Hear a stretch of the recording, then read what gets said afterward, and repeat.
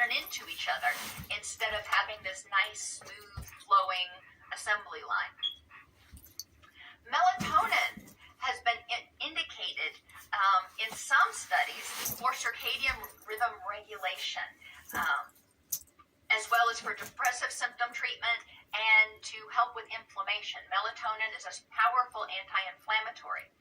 Now, when you look at the American Society for Sleep Medicine, their recommendations on melatonin, it shows moderate support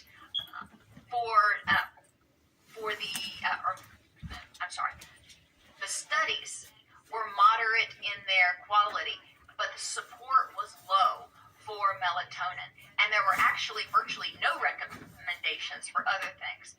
But there have been other studies, as highlighted here in blue, that have indicated that melatonin can be helpful. Now, why is it so wishy-washy? There are a lot of things that negatively impact our sleep, not just melatonin. People who are anxious, people who are in chronic pain, people who have children sleeping in their bed. There are a lot of things that can impair our sleep. People who, like me, actually, I've taken a big step and I've locked the animals out of the bedroom now. And I am sleeping better. I'm not waking up coughing 3 times a night, which is great. I miss my critters, but my sleep quality has certainly improved. So, we do want to recognize that there are a lot of different reasons for circadian rhythm dysregulation. Shift work is another huge one. Your body doesn't just automatically go, oh, okay, we're on second shift now, so bada bing. People who work shift work or who work across different time zones also have significant issues with their circadian rhythm regulation, which can trigger or exacerbate chronic fatigue syndrome, a variety of health and mental health conditions.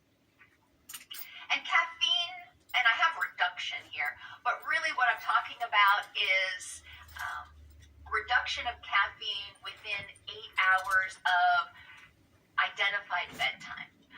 Because caffeine stays in our system for a really long time and it inhibits quality sleep.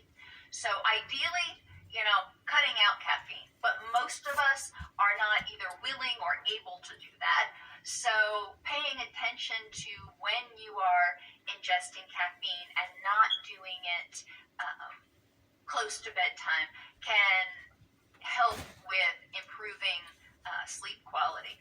And I do have other videos on the YouTube channel that talk about steps for sleep hygiene, because there's a lot of them that a lot of us get wrong, including, blue light exposure, having temperature wrong, drinking too much water right before bed, etc.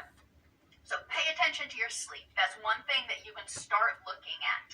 And talking about with your doctor if you are finding that you either can't sleep through the night or you sleep through the night but it's restless.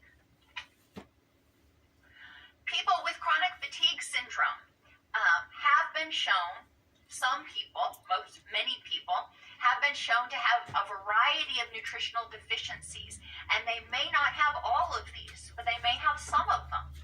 Magnesium and zinc. And interestingly, magnesium and zinc kind of work against each other. They limit each other. So, that's just kind of one of those interesting little things to put out there, that this is another reason why it's best to get our nutritional needs met through natural foods instead of trying to load up on any particular vitamin or supplement unless recommended by a doctor, because we can actually inhibit the absorption of certain required nutrients by taking too much of other required nutrients. Arachidonic acid, which is an omega-6,